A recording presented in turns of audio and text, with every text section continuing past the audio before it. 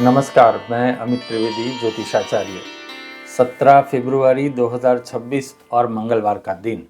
ये दिन अपने आप में बहुत महत्वपूर्ण है क्योंकि इस दिन बहुत सारी घटनाएं होने वाली है और इन सभी घटना का असर अलग अलग राशि के ऊपर होगा। घटना किस प्रकार से होने वाली है, क्या क्या बातें हैं, सभी के अनुसंधान में मैं आपको बताऊंगा। अब क्या क्या स्थिति है, सबसे पहले ये जान लीजिए।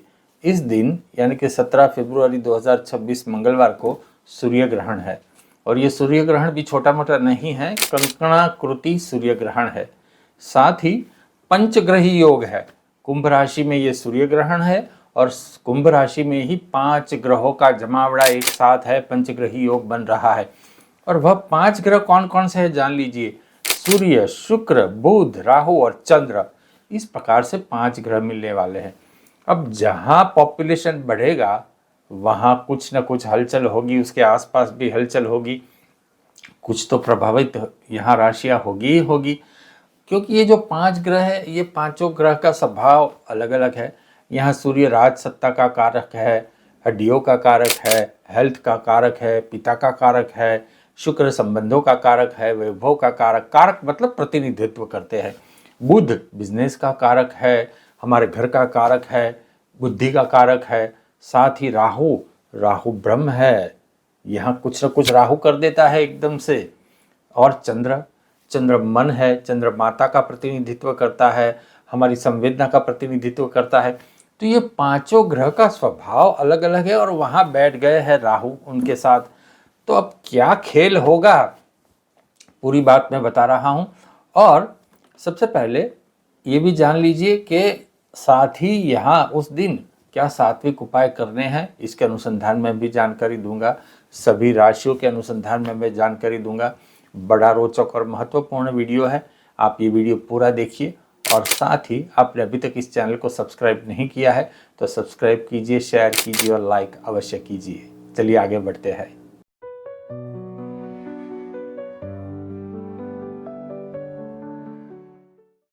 हम बात कर रहे हैं 17 फरवरी 2026। 3 घटनाएं कौन कौन सी।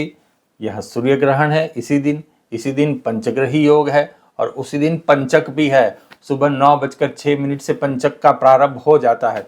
तो पंचक में कुछ कार्य नहीं करते, जैसे कोर्ट केस नहीं करते, हमारा धाबा नहीं भरते। अगर कोई यहाँ उस दिन भगवान के धाम में सिधा गया है तो उस दिन उसके साथ ये 5 घास के पूड़े बांधते हैं और उसके बाद अग्नि संस्कार करते हैं। लेकिन शुभ कार्य करते हैं पंचक में, ये बात आप याद रखना। पंचक में दक्षिण दिशा में भी नहीं जाते, ये भी आप ध्यान में रखना। अब ये सभी कुछ एक ही दिन में हो रहा है और ये मंगलवार भी है। तो ये सूर्य ग्रहण वैसे भारत में नहीं दिखने वाला, लेकिन सूर्य तो सबके लिए, पूरी दुनिया के लिए एक ही है ना। सूर्य तो कोई अलग नहीं है। जब सूर्य प्रभावित होता है, वहाँ कोई खगोलीय घटना बनती है तो इसका असर तो पूरे विश्व के ऊपर पड़ता ही पड़ता है, छोटे मोटे तौर के ऊपर।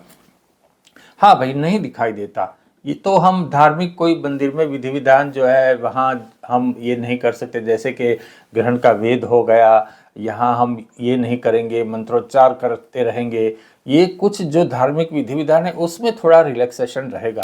लेकिन सूर्य जब प्रभावित होता है तो उसको लक्ष्य में तो हमें लेना पड़ेगा। यह जो सूर्य ग्रहण है ये दक्षिण अमेरिका, दक्षिण अर्जेंटीना, चिली, दक्षिण अफ्रीका, एंटार्क्टिका और हिंद महासागर में दिखने वाला है।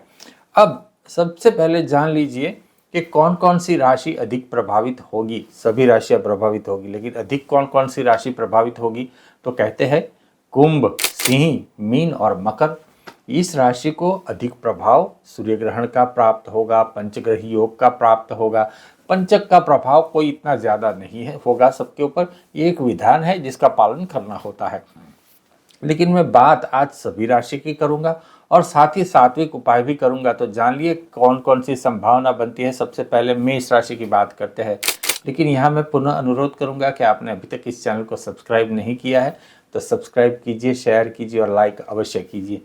मेष राशि को आर्थिक लाभ होगा, प्रवास भी होगा और रुके हुए कार्य आगे बढ़ेंगे। लेकिन एक बात का ध्यान रखना, कोई भी सीनियर सिटीजन का अपमान न करना। अगर अपमान किया तो ये जो आपका ये सूर्य ग्रहण वाला दिन है आपको भारी पड़ सकता है। साथ ही पिता तुल्य जो भी व्यक्ति है उसका सम्मान करना। अगर वो आपको कुछ कहते भी है तो बिल्कुल सावधान शांति से बात सुन लेना। साथ ही संतान के साथ भी कोई अनबन न करना, और वृद्धाश्रम में हो सके तो कुछ दान भी कर देना, आपके लिए अच्छी बात होगी, आपकी परिस्थिति आप ही के पक्ष में आएगी। अब बात करेंगे वृषभ राशि की। वृषभ राशि को क्या होगा कि सुबह का जो समय है 9 बजे से पहले, उसी समय गुस्सा आ सकता है, तो यहाँ सावधान रहना है, गुस्से पर काबू रखना है। और कुछ पुराने दोस्त वृषभ राशि को मिलेंगे और पुराने यादें वृषभ राशि के लिए ताज़ा हो सकती है। बने रहिए, सात्विक उपाय जानना बहुत जरूरी है। किसी राशि के बारे में मैंने कुछ कह दिया कि भाई कुछ अच्छी संभावनाएं है, तो वीडियो छोड़ के जाइएगा नहीं, क्योंकि ये कंडीशनल है। सात्विक उपाय के साथ साथ ये सब बातें चलती है। मिथुन राशि की बात करेंगे, धर्म कार्य होंगे, आर्थिक आयोजन भी होंगे, मित्रों के साथ अनबन हो सकती है। आर्थिक आयोजन मतलब पैसे का प्लानिंग, पैसे कहाँ से आएंगे, पैसे कहाँ जाएंगे, कहाँ इन्वेस्ट करेंगे, ये सब बात होगी। मित्रों के साथ ये बात हो सकती है, नए नए प्लानिंग भी बनेंगे। कर्क राशि की बात करेंगे, सोच आपकी बहुत बढ़ जाएगी और कोई सीक्रेट योजनाएं भी होंगी, लेकिन यह सीक्रेट योजनाएं जो आप बनाएंगे वह किसी का अशुभ करने के लिए नहीं बनाएंगे, शुभ करने के लिए बनाएंगे, ये सबसे अच्छी बात है। सिंह राशि की बात करेंगे, जीवन साथी से अनबन हो सकती है, छोटी मोटी बात विवाद होते होते बड़ी हो सकती है, तो सावधान रहना। आपके सामने की राशि है, कुंभ राशि में ही हो रहा है ये सब, ये ग्रहण, तो इसका सीधा प्रभाव तो सिंह राशि वालों आपको पड़ता है। तो बिल्कुल शांति से ये दिन बिताना है। और पैसों के मामले में मनमुटाव होगा सिंह राशि वालों, तो सावधान रहिए।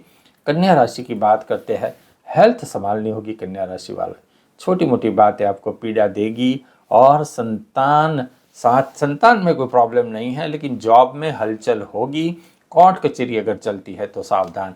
कन्या राशि वालों, आपकी 12वीं राशि सिंह राशि और आपकी जो षष्ठम राशि है कुंभ राशि, वहाँ ये सब हलचल हो रही है, तो आपके लिए सावधान रहना है। ऋतुगत बीमारी से भी सावधान, सर्दी हो गई, कफ हो गया, जुकाम हो गया, थोड़ा फीवर आ गया, इस प्रकार से परिस्थिति हो सकती है, सावधान रहिए।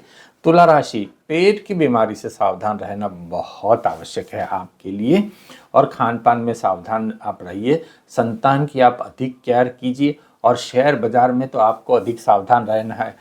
आपको मन बहुत करेगा कि चलो मैं यहाँ पैसा लगा दूँ, वहाँ पैसा लगा दूँ, वहाँ से इतना मिलेगा, यहाँ से इतना मिलेगा, इतना % रिटर्न मिलेगा, लेकिन पैसे फंस न जाए, इसके अनुसंधान में तो बहुत सावधान रहिए। अब बात करते हैं वृश्चिक राशि की। घर में खर्च बढ़ेगा, साथ ही हो सकता है कोई नया विवाद खड़ा हो जाए, तो यहाँ भी सावधान रहिए वृश्चिक राशि वाले। खर्च में विवाद खड़ा हो जाएगा, तो बिल्कुल सावधानी से घर व परिवार को अपने विश्वास में ले करके खर्च करना, ये आपके लिए अच्छी बात होगी। धनु राशि, उत्साह में आवेश में आकर कोई ऐसा कार्य न कर बैठना कि जिससे मनमुटाव हो जाए, आपकी हिम्मत बहुत बढ़ जाएगी, ये कर दो वो कर दो, तो यहाँ आपको सावधान रहना है, मनमुटाव हो सकता है। मकर राशि वाले, घर परिवार में चर्चा जोर पकड़ेगी, और यहाँ जीवन साथी का सहयोग आपको मिलेगा, ये आपके लिए सबसे अच्छी बात है। तो आपके पक्ष में आपका जीवन साथी रहेगा।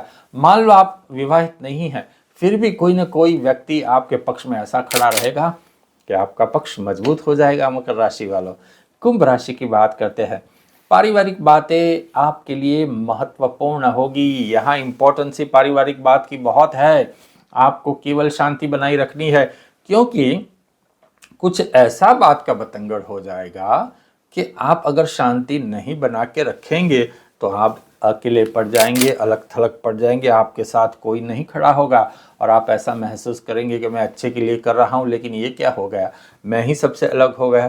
तो सावधान रहिए। अंतिम राशि मीन राशि, और उसके बाद सात्विक उपाय सुनना है। आपको असफल होने का डर सताएगा मीन राशि वालों, साथ ही कार्य कुछ रुके पड़ेंगे। आपको जैसा लगता है कि ये कार्य तो अब हो जाएगा, कल हो जाएगा, बस इतनी देर है, लेकिन धड़ाम से कार्य रुक जाएंगे, ऐसी संभावना बन सकती है। अब सात्विक उपाय सुन लो सभी राशि वालों, बहुत आवश्यक है। सूर्य नारायण देव की और शिव जी की पूजा उपासना अवश्य करनी ही है। किस प्रकार से? सूर्य नारायण देव के दर्शन नहीं करने, लेकिन सूर्यदेव के 12 नाम के जाप करने हैं, और मस्तक के ऊपर सफ़ेद टीका करना है, दिन भर उसको रखे रहना है। मुंह साफ करो तो भी ये टीका साफ न हो जाए, इसके अनुसंधान में सावधानी रखिए। हो सकता है तो सफ़ेद वस्त्र पहनिए, ये आपके लिए अच्छा है। शिव जी के मंदिर में जाइए और शिव मानस पूजा कीजिए, मानस पूजा का पाठ कीजिए, 10-15 मिनट लगेगा। और शिव जी को केले का भोग अर्पण कीजिए, यह आपके लिए अच्छा होगा। शिव जी को सफ़ेद धोती भी आप अर्पण कर सकते हैं, ये भी बहुत अच्छी परिस्थिति का निर्माण करेगा। और दिन भर ओम नमः शिवाय के आप जितने मंत्र कर सको इतने मंत्र करते रहो, बैठे उठते खाते पीते सोते, ओम नमः शिवाय, ओम नमः शिवाय, ओम नमः शिवाय। मनोमन इसका जाप करते ही रहो, करते ही रहो, करते रहो। इसकी ऊर्जा इतनी बढ़ेगी, इसकी सकारात्मक होरा इतनी बढ़ेगी कि आपका कोई बाल भी बांका नहीं कर सकता। शिव जी की इस प्रकार से इस प्रणव मंत्र है, ये पुष्टि देता है, तो ये आपके लिए बहुत महत्वपूर्ण है। साथ ही मैं और एक मंत्र देता हूं, ओम त्र्यंबकम यजामहे सुगंधिम पुष्टिवर्धनम उर्वारुकमिव बंधनान् मृत्योर्मुक्षेयमामृतात्। ये जो मंत्र है महामृत्युंजय मंत्र, इसका जाप करना है आपको, कहीं पर भी मिल जाएगा। इस मंत्र का जाप करते रहिए, बहुत बल मिलेगा और सभी नेगेटिव बातें निखर जाएगी, निकल जाएगी। आप मुक्त हो जाएंगे नेगेटिविटी से और पॉजिटिव ऊर्जा आप में दाखिल हो जाएगी। साथ ही आप घर में, ऑफिस में, जहाँ भी जाएंगे घी का दिया जलाइए, ये दिया का प्रागट्य कीजिए और दिया इस तरह से रखिए कि यह लंबे समय तक चले। घी अंदर, इसके अंदर डालते रहिए, तो ऐसा नहीं 5-10 मिनट पे दिया बुझ रहा है, नहीं, 1 घंटा कम से कम ये दिया जलना चाहिए भगवान के सामने। और उसी से पूरे घर में, आपके ऑफिस में, आपके कार्यालय में पॉजिटिव ऊर्जा इतनी बढ़ेगी कि आप बिल्कुल अपने आप को लाइट महसूस करेंगे, हल्का महसूस करेंगे, प्रसन्न महसूस करेंगे। आपको जीवन की सभी मुश्किलें भी छोटी दिखने लगेगी। यही तो ये बिल्कुल जादू है भगवान के नाम का, सात्विक उपाय का। सही दिन, सही समय, सही पूजा करोगे तभी तो लाभ होगा। चलिए, आपने अभी तक इस चैनल को सब्सक्राइब नहीं किया है तो सब्सक्राइब कीजिए, शेयर कीजिए और लाइक अवश्य कीजिए। नमस्कार।